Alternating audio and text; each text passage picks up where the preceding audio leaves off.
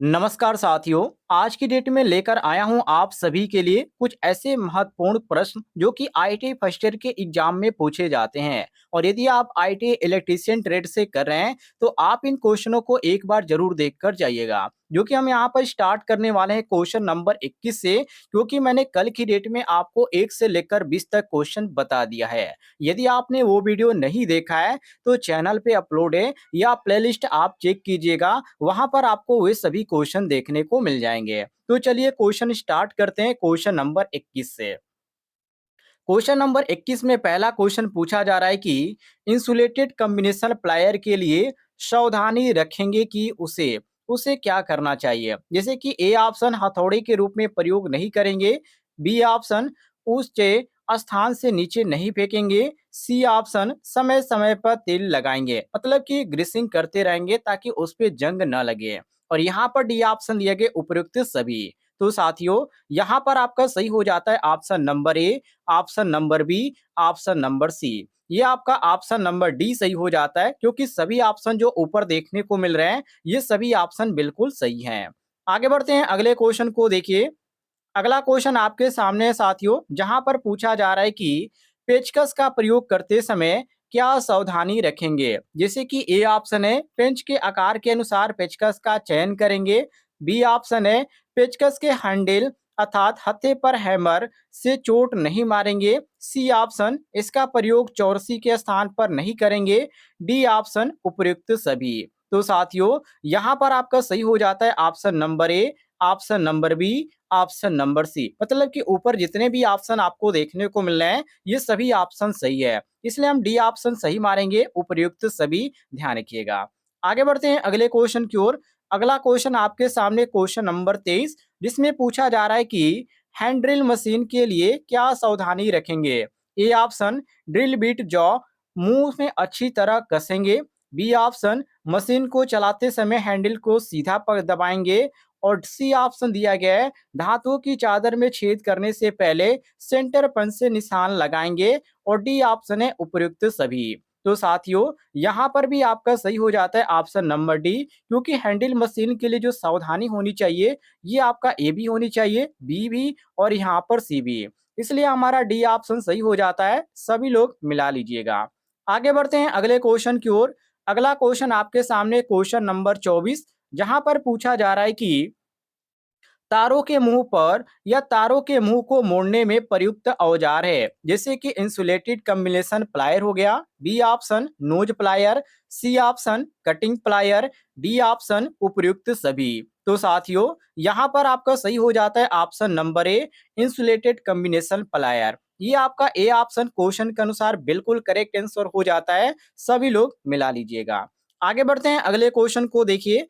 अगला क्वेश्चन आपके सामने क्वेश्चन नंबर 25, जहां पर पूछा जा रहा है कि इंसुलेटेड स्क्रू ड्राइवर अर्थात जिसको पेचकस बोला जाता है, उसका हैंडल किसका बना होता है। लकड़ी का बना होता है, या प्लास्टिक का, या सनलाइट का, या ये सभी। तो देखिए, इस समय आप ज्यादातर यहाँ पर देखे होंगे साथियों, तो उसमें आपको प्लास्टिक का ही देखने को मिलता है, लेकिन लकड़ी का भी आपको देखने को मिला होगा। ठीक है, जब आप वर्कशॉप में काम करते होंगे तो वहां पर आपको कई प्रकार के देखने को मिलते हैं। ऐसा नहीं है कि कोई एक ही प्रकार का होता है, लकड़ी का भी देखने को मिलेगा, प्लास्टिक का भी देखने को मिलेगा, सेलुलाइड का भी देखने को मिलेगा। इसलिए हम कह सकते हैं कि ये सभी जो ऑप्शन दिए गए हैं ए बी सी, ये बिल्कुल हमारे सही हो जाते हैं। डी ऑप्शन साथियों हम करेक्ट आंसर मारेंगे, ध्यान रखिएगा। आगे बढ़ते हैं अगले क्वेश्चन की ओर। अगला क्वेश्चन आपके सामने क्वेश्चन नंबर 26, जहां पर पूछा जा रहा है कि कोल्ड चीजल का निर्माण किस धातु से किया जाता है। ए ऑप्शन तांबे से, B option high carbon steel से, सी ऑप्शन लोहे से, डी ऑप्शन ये सभी से। कोल्ड चीजल की बात किया जा रहा है साथियों, ध्यान रखिएगा। तो कोल्ड चीजल जो होता है हाई कार्बन स्टील का धातु का बनाया जाता है, और यहाँ पर आपको बी ऑप्शन देखने को मिल जाता है। बी ऑप्शन आपका करेक्ट आंसर हो जाएगा। क्वेश्चन नंबर 27 को देखिए, जिसमें पूछा जा रहा है कि अधिक गेज के तारों को काटने में प्रयुक्त प्लायर होता है, मतलब कि कौन सा प्लायर को हम प्रयोग में लाते हैं। कॉम्बिनेशन प्लायर को, या नोज प्लायर को, या कटिंग प्लायर को, या उपयुक्त सभी। तो साथियों यहाँ पर आपका बी ऑप्शन सही हो जाता है, नोज प्लायर को। मतलब कि अधिक गेज के तारों को काटने में प्रयुक्त जो प्लायर होता है वो नोज प्लायर होता है। और गेज किसको बोला जाता है साथियों? जो तारों को से नापा जाता है, जो तारों को नापा जाता है जिसके माध्यम से, उसी को गेज बोला जाता है। ध्यान रखिएगा।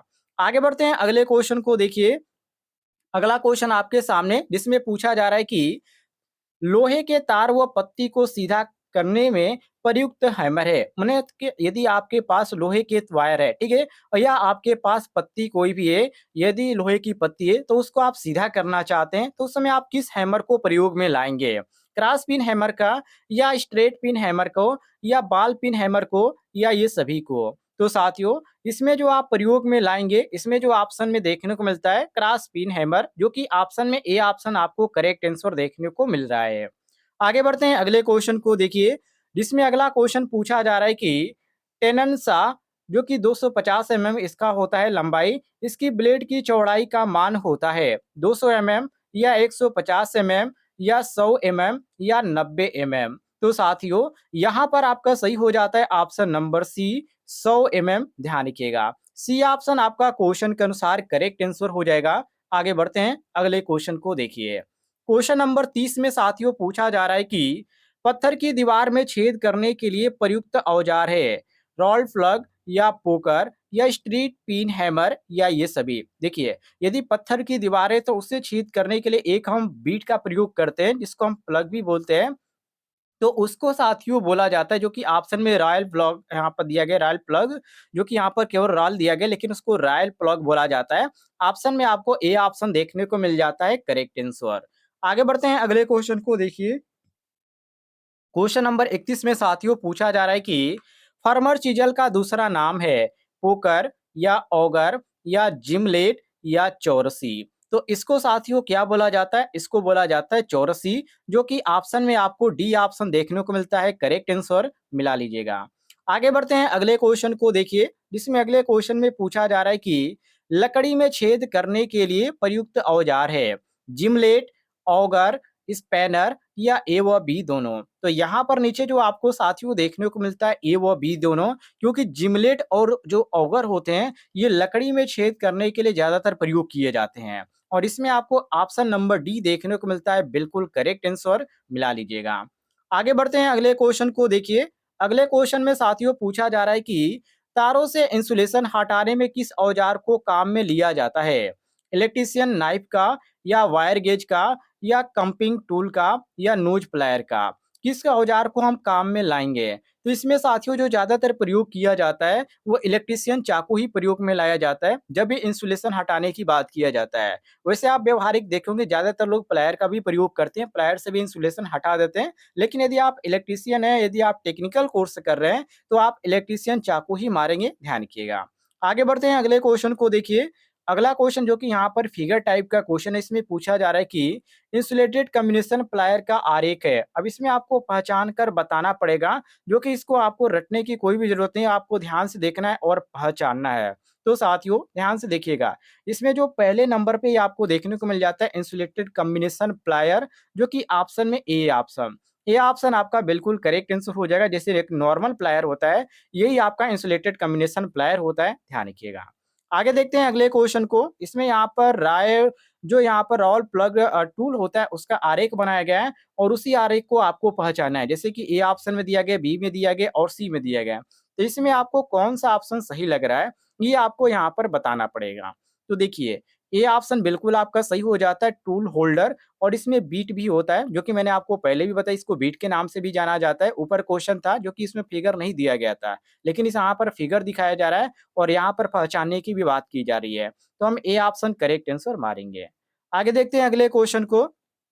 अगले क्वेश्चन में साथियों पूछा जा रहा है कि वुड सॉ के 25 के क्षेत्र में दांतों की संख्या होती है 6 से 10 होती है, या 6 से 8 होती है, या 6 से 9 होती है, या 6 से 7 होती है? तो वुड सॉ की बात करें, इसमें 25 के क्षेत्र में यदि दांतों की संख्या की बात किया जाए तो इसमें दांतों की जो संख्या होती है साथियों वो होती है 6 से 8, जो कि ऑप्शन में आपको बी ऑप्शन देखने को मिलता है, बिल्कुल करेक्ट आंसर।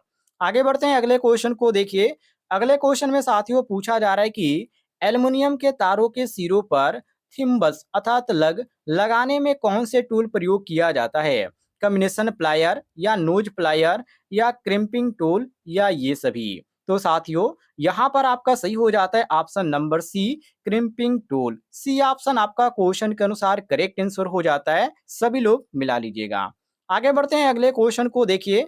अगले क्वेश्चन में पूछा जा रहा है कि हेक्सा फ्रेम ब्लेड के 25 क्षेत्र में दांतों की संख्या होती है। 25 से 30 या 30 से 35 या 10 से 12 या 12 से 14? तो साथियों, इसमें जो संख्या होती है वो 25 से 30 होती है, जो कि ऑप्शन में आपको ए ऑप्शन देखने को मिल रहा है। आगे बढ़ते हैं अगले क्वेश्चन को देखिए, जिसमें पूछा जा रहा है कि मोटर फिटिंग अलाइनमेंट में प्रयुक्त औजार है रेती या वायर स्टीफर या फेज टेस्टर या पुली टेलर? तो साथियों, यहाँ पर आपका ए ऑप्शन सही हो जाता है, जिसको रेती के नाम से जाना जाता है। अब यहाँ पर नेक्स्ट क्वेश्चन है और एक काफी इंपॉर्टेंट क्वेश्चन है, जिसमें पूछा जा रहा है कि बॉल पिन हैमर का आरेख है। देखिए बिल्कुल यहाँ पर ये नॉर्मल होता है, आप इसको पहचान सकते हैं। और इसका जो यहाँ पर आगे वाला जो भाग होता है, जो कि यहाँ पर देखिए चोट वाला भाग, एक और जो होता है यहाँ पर छोटे आकार का होता है और दूसरे ओर यहाँ पर बड़े आकार का होता है। और ये आपका होता है बॉल पिन हैमर। ध्यान से देख लीजिएगा, ये ज्यादातर आपको इंजीनियरिंग ड्राइंग में देखने को मिलता है, जो कि यहाँ पर ITI first year electrician trade में आपको देखने को मिल रहा है। थ्योरी में क्वेश्चन भी आपको देखने को मिल रहा है। यदि आपको जानकारी पसंद आती है तो इस वीडियो पर एक लाइक कीजिएगा और चैनल पे नए होंगे तो चैनल को भी सब्सक्राइब कर लीजिएगा।